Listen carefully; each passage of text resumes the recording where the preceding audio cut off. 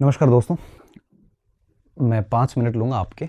और दरअसल राजस्थान लोक सेवा आयोग ने 20 तारीख को मतलब परसों एक प्रेस नोट जारी किया था और जिसमें उन्होंने कुछ सुझाव दिए स्टूडेंट को कि उनको भावी आरपीएससी की जो परीक्षाएं जो भर्तियां आने वाली है उनमें इन बातों का ध्यान रखना है। हालांकि बहुत बड़ी बातें नहीं है, लेकिन चीज़ें छोटी छोटी चीज़ें ध्यान रखनी चाहिए हमें। ठीक है, क्या क्या ध्यान रखना है? तो 14 फरवरी 2024 को पुस्तकालय अध्यक्ष की भर्ती जारी की थी और यहाँ से ये सारे नियम लागू होंगे। ठीक है, तो फरवरी के बाद मतलब अब जो भी आगामी भर्ती आएगी वो इन नियमों से होगी और आप इनका विशेष तौर पे ध्यान रखें। बस इतनी सी बात है। और अब क्या ध्यान रखना है, मैं मेरी तरफ से थोड़ा, क्योंकि सरकार के जो आदेश आते हैं बेसिकली उसमें थोड़ी सी जटिल भाषा होती है, हालांकि इसमें तो कोई जटिल भाषा है नहीं, फिर भी मैं मेरी तरफ से बताना चाहूँगा। कई बार अभ्यर्थियों की नज़र में वो प्रेस नोट आता नहीं है और वो उतना देखना भी नहीं चाहते, वेबसाइट पे रहता है, नहीं आता ध्यान में। तो क्या पता मेरे चैनल की वजह से आपके ध्यान में आ जाए और आप कुछ 2-4 बातों का ध्यान रख लो। पहला बिंदु ये किया है कि जो भी एक एसेंशियल शैक्षणिक योग्यता आरपीएससी ने तय कर रखी है जिस भी भर्ती परीक्षा की, वो है तो ही आप फॉर्म करें, अदरवाइज फॉर्म ना भरें। अब शैक्षणिक योग्यता क्या रखी गई है, आपको कुछ नहीं करना है। जैसी भर्ती आती है, अभी नहीं आई हुई है तो आप आरपीएससी की वेबसाइट पे जाइए और आप जिस भी भर्ती परीक्षा की तैयारी कर रहे हैं, जैसे फर्स्ट ग्रेड की कर रहे हैं, तो पिछला विज्ञापन डाउनलोड कीजिए और उसमें एसेंशियल क्वालिफिकेशंस लिखी हुई है कि आपको न्यूनतम योग्यता क्या चाहिए। जैसे फर्स्ट ग्रेड में क्या लिखा हुआ मैं आपको बता दूं। परीक्षा के दिन तक आपके पास में एमए, एमएससी जो भी है, बीएड वगैरह, उसका रिजल्ट आ चुका होना चाहिए। और दूसरी जो बात होती है वो ये कि एग्ज़ाम की जो लास्ट डेट है, सॉरी फॉर्म भरने की, अभी ये first grade, second grade, college lecturer, इन तीनों की मैं बात कर रहा हूँ, और भी आप अपने स्तर पे देख लेना। इनका रूल्स ये होता है कि एग्ज़ाम की जो लास्ट डेट है, सॉरी फॉर्म भरने की जो लास्ट डेट है, उस लास्ट डेट को, फॉर्म भरने की लास्ट डेट मान लो कि जैसे 30 अगस्त है ना। अब 30 अगस्त जैसे कोई लास्ट डेट है फॉर्म भरने की, तो 30 अगस्त तक आपका फाइनल में एडमिशन हो जाना चाहिए, है ना। फाइनल में एडमिशन, जैसे मान लो कि आप बीएड कर रहे हैं 4 साल का, तो आपका लास्ट सेमेस्टर स्टार्ट हो जाना चाहिए, आपके पास प्रूफ होना चाहिए कि आप फाइनल में एडमिशन ले चुके हैं। आप एमए में है जैसे, तो एमए में प्रीवियस होके आप फाइनल में आ चुके होने चाहिए एग्जाम फॉर्म की लास्ट डेट तक। जैसे मान लो कि आप लास्ट डेट तक, परीक्षा फॉर्म की जो लास्ट डेट होती है, संशोधन तिथि नहीं, एग्जाम फॉर्म की लास्ट डेट, उस दिन तक आपके पास में एमए प्रीवियस जो भी आपकी योग्यता मांगी गई है इन्होंने आरपीएससी में, उसका आपको होना चाहिए, पूरी होनी चाहिए। अब एक समस्या यहाँ आती है, कोटा यूनिवर्सिटी और ये क्या करते हैं, ये लोग जनरली क्या करते हैं कि एमए प्रीवियस का रिजल्ट दिए बिना ही फाइनल के फॉर्म भरवा देते हैं। तो इस स्थिति में चाहिए क्या होगा कि आप यूनिवर्सिटी से ये लिखवा के लें कि आपका एडमिशन इस तारीख से माना जाएगा। तो इस स्थिति में आपको कहीं दिक्कत नहीं आएगी, भले प्रीवियस का रिजल्ट नहीं आया है।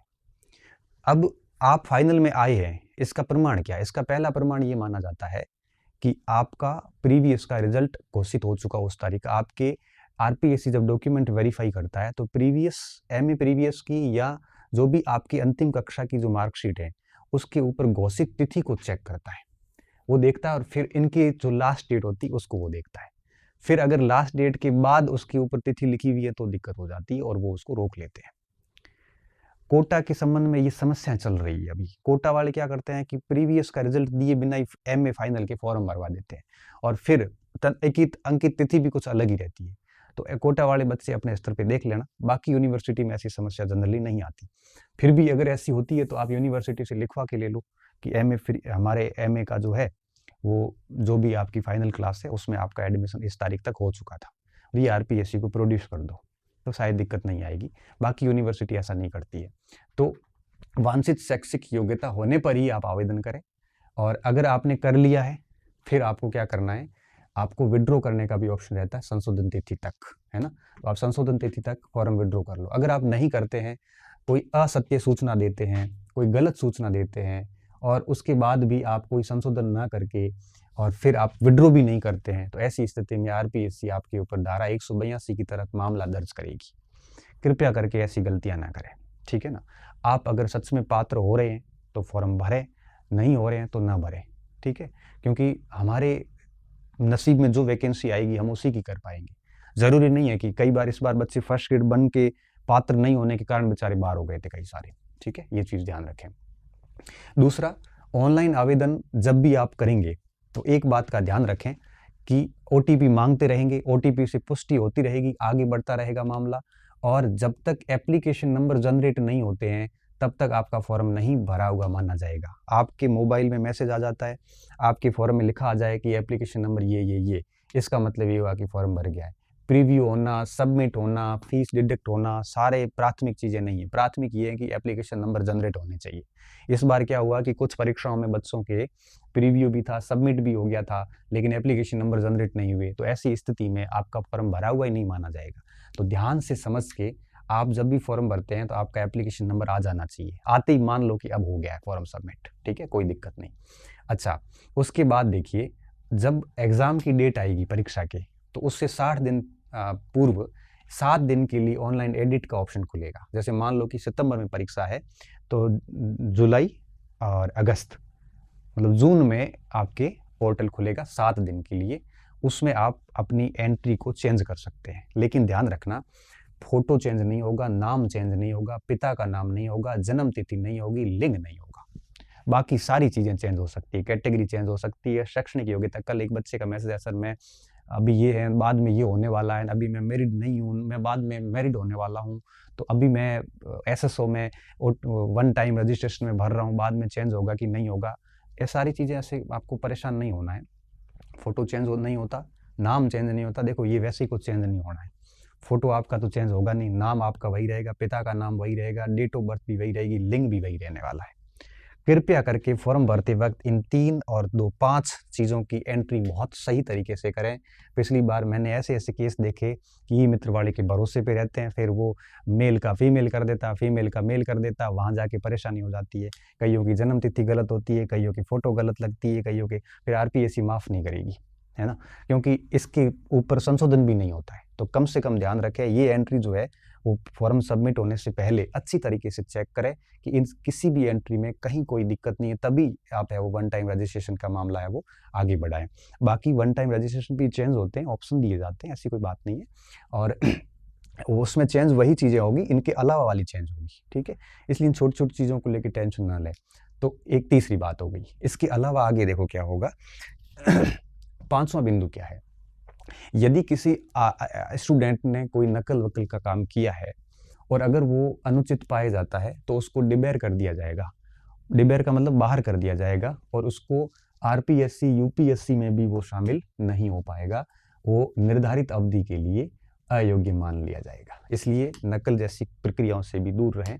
हालाँकि इसमें इंडल्ज होने वाले लोग ये पढ़ते भी नहीं हैं, और जो पढ़ते हैं वो वैसे इसमें इंडल्ज होते ही नहीं है ऐसी गतिविधियों में, लेकिन हमें फिर भी ध्यान रखना है। मैंने इन दिनों कई ऐसे ब्रिलियंट बच्चों को जेल जाते हुए देखा है, एसओजी उठा के ले गई। बड़ा दुख होता है, उनका हम बहुत सम्मान करते थे पहले, और अब जिस तरह से वो इस तरह से पैसे की लालच में आके अपनी इंटेलेक्चुअलिटी को बेचते हैं, लाखों बच्चों के पेट पे या उनके पूरे भविष्य को बर्बाद करने का काम करते हैं, उनको ईश्वर भी माफ़ नहीं करेगा कभी। ऐसी गंदगी में कभी नहीं फंसे। पैसा प्राथमिक नहीं होना चाहिए। पैसे कमाने के और भी कई तरीके हैं, हम लोग भी कमाते हैं ना पैसे, लेकिन उसमें एक एथिक्स होने चाहिए, नैतिकता होनी चाहिए। आप किसी को अगर क्षति पहुंचा के, किसी को लॉस पहुंचा के पैसे कमा रहे हैं, तो ऐसा पैसा आपके कोई काम का नहीं, ब्याज सहित निकलेगा। तो कम से कम कोशिश ये करें कि इस प्रकार के झांसों में ना आए। आप अपनी मेहनत पे ध्यान दीजिए, जो बुरे करेंगे वो बुरे भुगतेंगे। आप अपनी मेहनत पे यकीन करके आगे बढ़िए, तो इन चीज़ों से बचें, ये कह रहा है पॉइंट। इसके अलावा एक बिंदु और भी पहले चलता था कि कोई ये तलाकशुदा, परित्यक्ता ऐसी जो महिलाएं हैं, इनको सर्टिफिकेट कब प्रोड्यूस करना होता है, इनको अब करना है आपके ऑनलाइन आवेदन की अंतिम तिथि से, है ना। जैसे मान लो कि 30 अगस्त हमने ऑनलाइन आवेदन की लास्ट डेट मानी है, तो 30 अगस्त तक आपके पास में ये जो सर्टिफिकेट है कोर्ट के द्वारा जारी किया गया, वो आपको प्रस्तुत करना ज़रूरी है, तभी आपको विडो और वो जो भी है उस कैटेगरी में माना जाएगा, अदरवाइज नहीं माना जाएगा। ये बीच में पहले कैसे जैसे हुए थे, जब तलाक के सर्टिफिकेट बाद में आए थे और उन्होंने डिवोर्स कैटेगरी डाल दी थी, तो इनके लिए महिलाओं के लिए ये 7वां बिंदु बड़ा अच्छा बिंदु है। कुछ दिन पहले ही मैंने वीडियो बनाया था इतिहास के प्रश्नों के विवाद पे। मैंने कहा था कि अगर बच्चे की आपत्ति सही मान ली जाए तो उनको फीस वापस दे देनी चाहिए। तो अभी ये आरपीएससी ने इस बात को सुना है, मेरी बात को शायद, और उनके ये था, ये पहले से केंद्र सरकार में चल ही रहा है कि अगर आयोग ने जब आंसर कुंजी जारी करी है और आपत्ति अगर आपकी सही है, मतलब आपने जो आपत्ति लगाई वो आरपीएससी ने मान ली, प्रश्न डिलीट की या उत्तर चेंज की, तो आपको जो है वो पैसा वापस मिलेगा। ठीक है, आपका पैसा वापस मिलेगा। हालांकि गलती क्यों ही करनी, फिर भी कर लिए तो पैसा वापस आएगा। उसके अलावा एक और सबसे इम्पोर्टेंट बात, जब रिजल्ट आता है तो आजकल 2 गुणों की लिस्ट जारी की जाती है। 2 गुणा की जब लिस्ट आएगी तो लोग, बच्चे जाते हैं अपने काउंसलिंग करवा के वापस आते हैं। अगर कोई काउंसलिंग में एब्सेंट रहता है तो आरपीएससी ने ये कहा है कि अगर एब्सेंट रहता है तो अगले ही दिन हम उनको एक क्या करेंगे, एक एसएमएस कर देंगे और उनके नाम का एक नोटिस जारी कर देंगे, रजिस्टर्ड डाक पे भेज देंगे, और 2 अखबारों में भी हम उसकी सूचना दे देंगे और वेबसाइट पे भी सूचना दे देंगे। उसके बावजूद भी अगर कोई अभ्यर्थी काउंसलिंग में भाग नहीं लेता है, एक बार उसको मौका दिया जाएगा, मौके के लिए ये चीज़ें होगी, फिर भी भाग नहीं लेता है, तो अपने आप ही उसको परित्याग माना जाएगा कि मतलब उसने है वो पोस्ट छोड़ दी है, वो फिर वेटिंग वाले किसी दूसरे बच्चे को पिकअप लिस्ट से उठाया जाएगा। ठीक है, और इसके अलावा ये ऑनलाइन आवेदन, जब भी नौकरी लगेगी आपकी और आप भरोगे तो उसकी ऑनलाइन शुल्क वगैरह सब है वो ऑनलाइन सारा होगा। तो 10वां बिंदु इतना महत्वपूर्ण नहीं है।